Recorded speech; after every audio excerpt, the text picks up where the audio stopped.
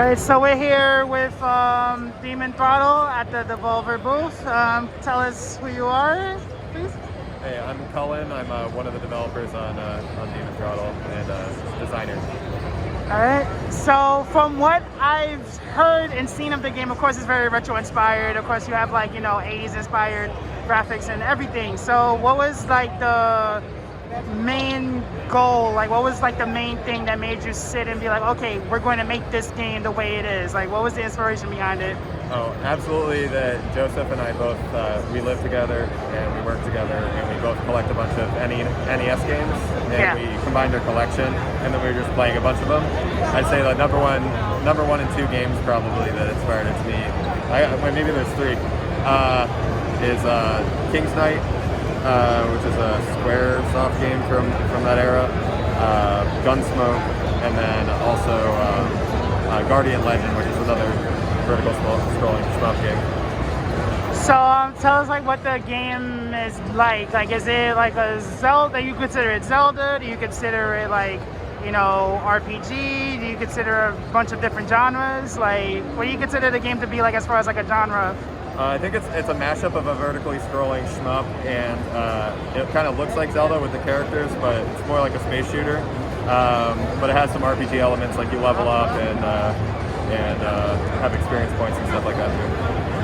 And the one thing that made me interested in like looking into the game was, from what I've heard, this game is only having a physical release, right? That's correct, yeah.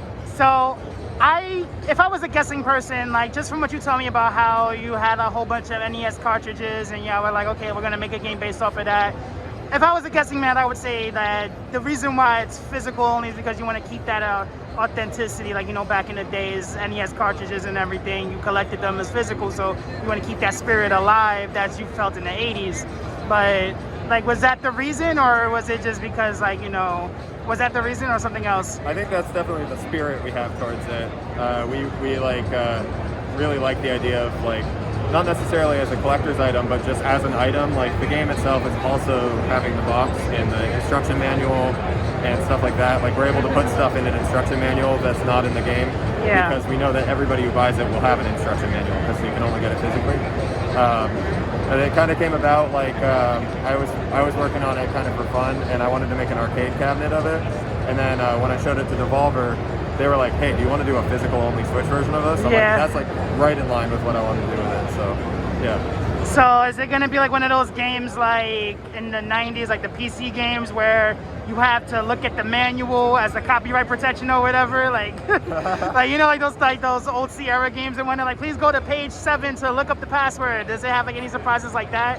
We do have a we don't have any like DRM locking it or anything like that, but we do have like a cheat code that you can use in the game that's hidden in the manual, and like some of like the granular details about some of the power-ups and stuff aren't really explained in the game, but they are explained in the manual. All right.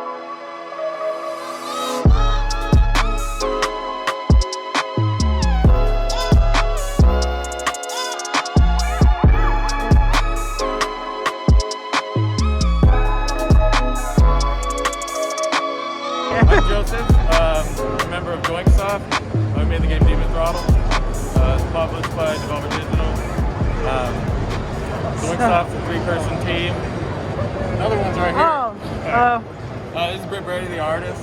Nice. Yeah. So, I guess like for the artist, like what was your like inspiration for making the characters in this game? I can already see like the Castlevania reference, like Castlevania aesthetic and everything. But is there anything else that you base the design on? I mean, I like to do a lot of NES style pixel art, so I'm like pretty quick at it and like got some methods down. But a lot of it I was actually following Colin's prototype art. Yeah.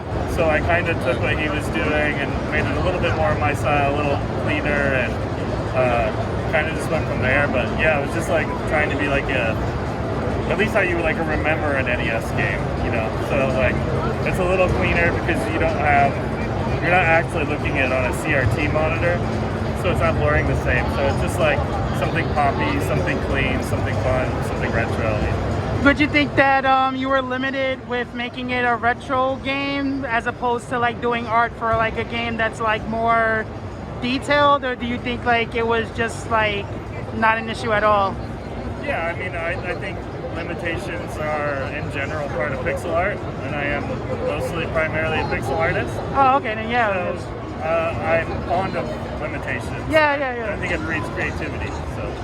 And I guess I can ask the both of you this question as well, because I asked him as well. So, what was the actual thought process when making this game? Like, what was the inspiration to making like a very like, you know, both retro inspired but also like bullet hell inspired game as well? Because like when I was interviewing him and talking to him, this is before I played the game, and after I played the game, it's very like bullet hell, Toho inspired and everything. So like, what was like that inspiration for making this project? The original inspiration was an old NES game called King's Knight. Basically, like after work, sometimes we'll like sit down and play NES games. We just like collecting them, and we were inspired by them a lot. We just sat down to play a game called King's Knight, which is basically like a shooter with RPG elements. And I just like that idea a lot because I don't feel like I see RPG elements in shooters a lot. I mean, from what I played. So we tried to do something like that, but without all the problems that game had. Like we tried to make it a little more modern, gameplay-wise, game field-wise, I guess. Yeah, I mean that's basically where it came from.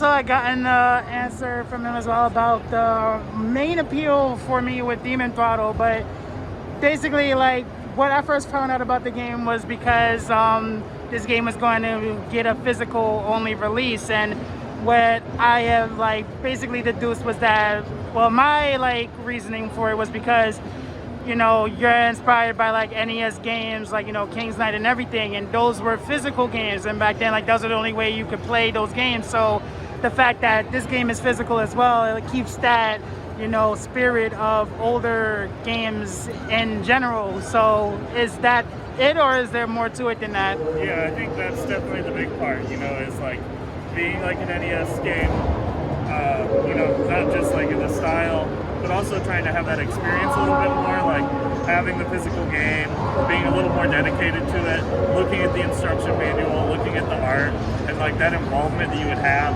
with a real physical, you know, old retro game, and that was the only option, and trying to facilitate that experience again.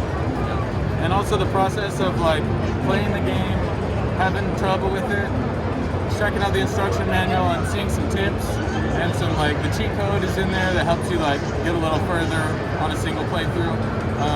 The instructions, the backstory is in there. Like it's one of those things about old games is that it's accompanied by this book.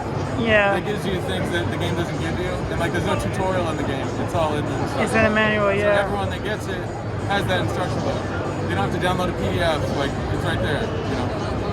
Alright, so that was basically it. Like I made a passing joke when I was talking to him, and I was saying like the game doesn't have anything where like it stops you from gameplay, and it's like turn to page 7 to insert this passcode right now, like you know, like old Sierra games or whatever. Like it doesn't have anything right there. It just has the cheat code, right? Yeah. I was thinking that'd be really hilarious. Like I said, when I had the cartridge itself, and then like it would be like, yeah, look in the back of the manual in the credit section in order to start the game. That would have been like pretty. Yeah, like I was thinking, like that, the thing about Star Tropics, that NES game. Yeah. Where you had to like dip the manual in water in order to see the code for the ship. Oh wow. And so if you played it, I think if you played it on like eShop, there was actually like an instruction manual like in the digital like that you could open up digitally. But yeah, if you got like a loose copy of Star Tropics, you can play like 70% of it. Yeah. Or you can start entering 0000, 0001, 0002. And that's what I did. Yeah. Number was, I think, below 3,000. It started with a 2 maybe, I don't know. Oh my god. It took a while. Or maybe it's 0. Hopefully it was 0. Maybe it's 3 digits, I don't remember. Alright, so yeah, that was basically it.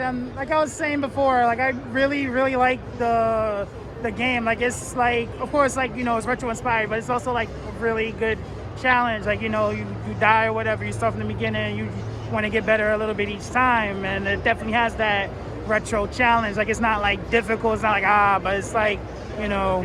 we try to make it fairly difficult. Yeah, you fairly know, like, difficult. Not difficult, like impossible difficult, like, you know, but like it's a fair challenge, and I like that a lot. So yeah, thank you for giving me the opportunity to like try to demo and everything. Yeah.